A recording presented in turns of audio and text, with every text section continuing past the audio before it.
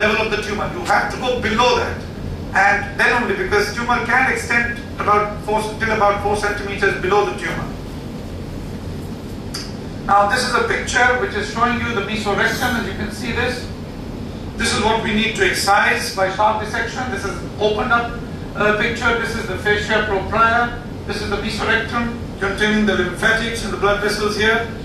And this is the plane, the holy plane. This is the holy plane as we call it. This is the plane that we need to follow in order to do a complete mesorectal excision.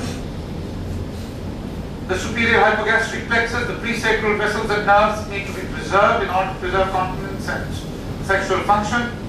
And the fascia of Denonville needs to be preserved carefully in order to preserve the urogenital nerve branches.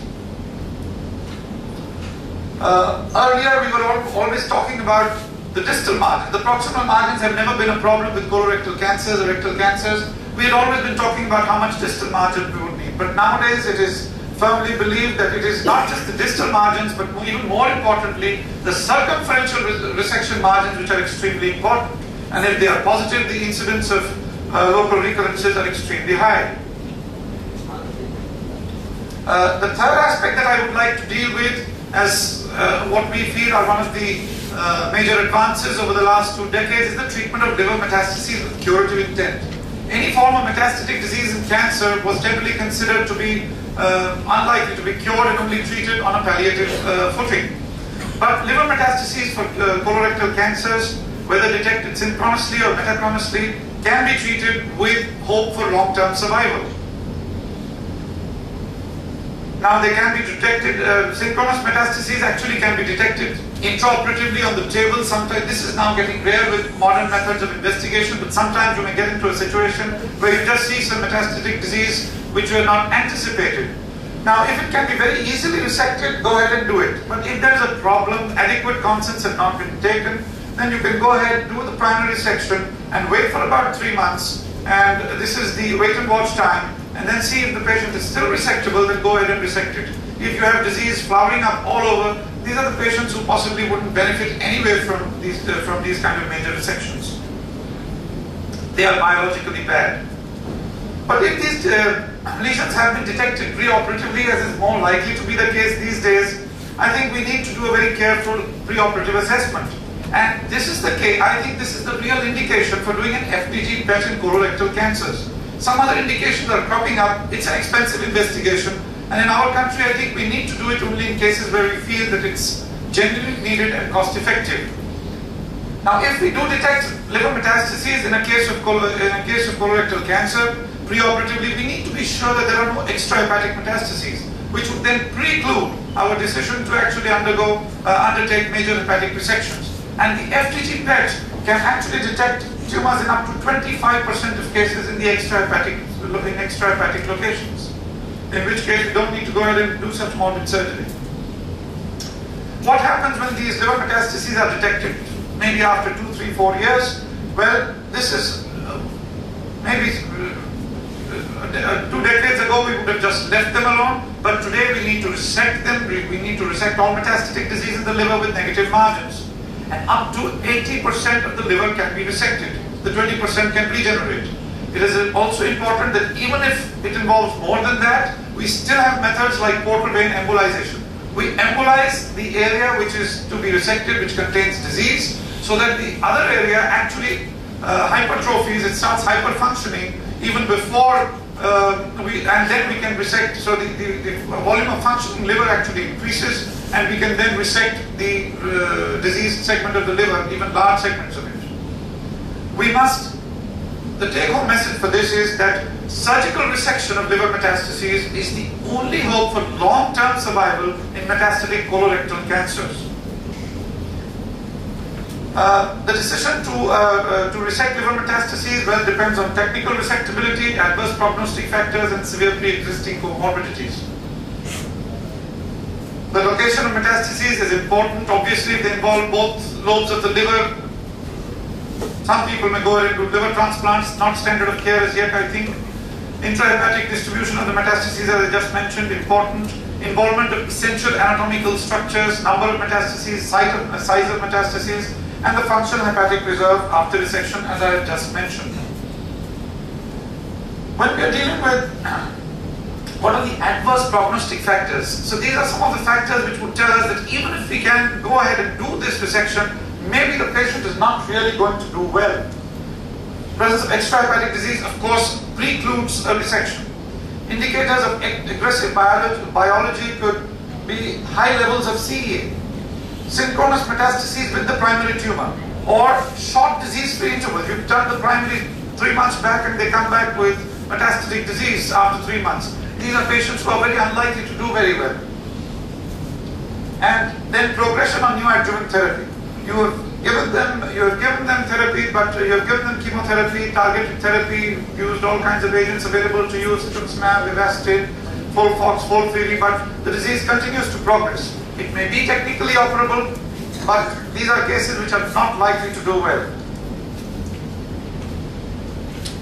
And then of course we come to the final part of my talk when we are dealing with inoperable liver metastases.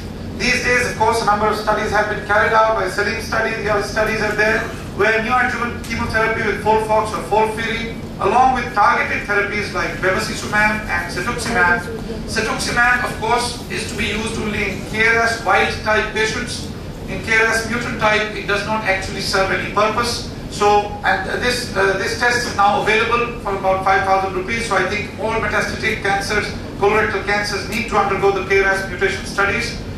If these lesions can be made operable, maybe we can go ahead and operate them in the hope of long-term cure.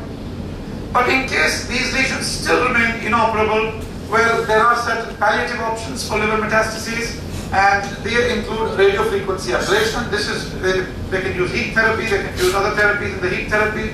Radiofrequency ablation is the one which persons have the maximum experience with. As of now, we don't have access to that machine. I think Dr. Gupta does have it in his institute. We should be getting it by in another few months. And then, of course, the high-intensity ultrasound, microwave therapy, interstitial laser therapy are also modalities by which we can palliate these patients and treat inoperable hepatic metastases. Cryoablation by the application of extreme cold is also possible, and intralesional injections of ethanol have also been tried.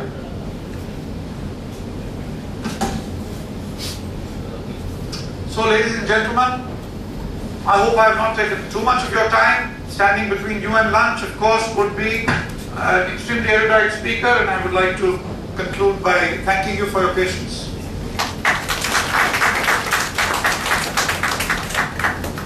Is there any question for Dr. Malhotra?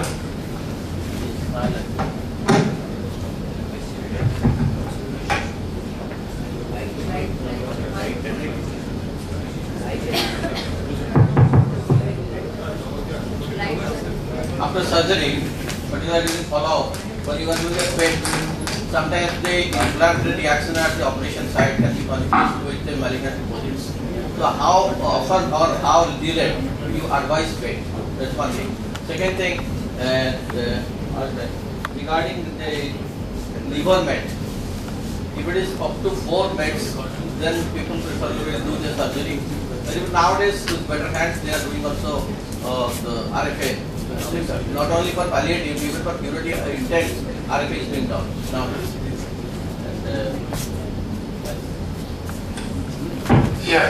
As I had just mentioned, actually, the role of PET scan in colorectal cancer is extremely limited. As I mentioned, I think the only real need to do a PET scan would not be to actually do it on a routine inside the follow-up. I did not mention any PET scan in the follow-up of these patients.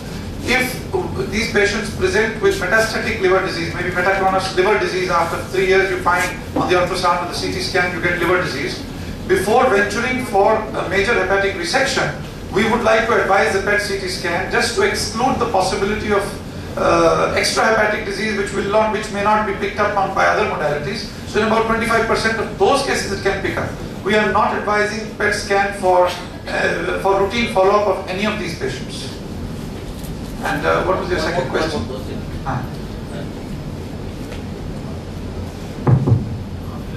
Because most of the patients are now coming young also, the sexual function has to be preserved. What precautions you take while resecting the mesorectum so that the sexual activity can be preserved? I think that's, in fact, that's a very important point. Basically, I think we have to stick to the established principles of total hysterectomy excision. We have to follow the holy plane and the holy plane behind, just outside the fascia propria, so that the presacral as well as the hypogastric plexuses are preserved. In females, we have to be careful to preserve the rectovaginal septum, and in males, we have to be careful to preserve the fascia of Denonville, because most of these nerves will be just anterior to it. So if we proceed in the holy plane posteriorly, preserve the fascia of Denonville anteriorly, there is a very good chance that we should be preserving it. But sometimes, like I just operated recently, a couple of months back, I had operated this guy, this gentleman, he was 84 years old, I had operated him 17 years back, and he came back with a recurrence after 17 years. I went in and did a re-anterior resection. He was an 84-year-old patient who eventually had some degree of incontinencies on CIC. This is a re-operation case. Maybe sometimes it becomes a little difficult to preserve these planes. But in virgin cases, as most of the cases would be, I think, if we are careful enough, we should be able to preserve these functions. I think we are running late. Just a second. It was an excellent presentation, Dr. Malhotra. I think there was a little bit of misunderstanding when you said that you have done a primary dissection. You wait for 3 months for the second surgery, how to see whether it's really behaving badly, the liver metastasis as far as liver metastasis is concerned. I think what we really need to do is after dissection, we do give chemotherapy. I'm sure Dr. Shaurdat Mukherjee will be stressing on that. And if you see the response is very good, even in patients who are really not fit for surgery, you can actually do RFA. As he said, you can actually get a long-term cure with that. There was a recent presentation by Dr. Yuman Fong, you might remember in ADCON. He has clearly said that he's doing more of RFA nowadays rather than liver dissection with equally good results. Well, see, as of standard of care today for curative resections, it continues, and for curative, for treatment of liver metastases with curative intent, the standard of care today would be a surgical resection.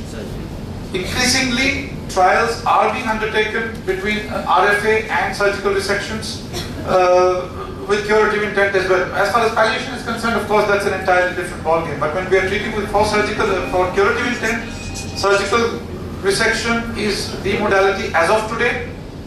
Outside of a clinical trial, maybe RFA for curative intent, apart from patients who are not fit for surgery, would be inappropriate. But you are quite right that it is possible that 5 years down the road, that could be the treatment of choice. Thank you very much. I think we'll move on to the next topic. Whether Dr. Rajesh Jindal is here, or is it me chairing the same session again? So I have pleasure in inviting Dr. Shaurdat Mukherjee, who is a very good friend of mine. He did his MBBS from Medical College Calcutta, MD from Calcutta University. He was a senior registrar in medical oncology in KMID Bangalore, senior registrar in medical oncology Chitrajan Cancer Hospital, and presently he is a consultant medical oncologist in AMRI Hospital Salt Lake and BPO the Hospital Kolkata.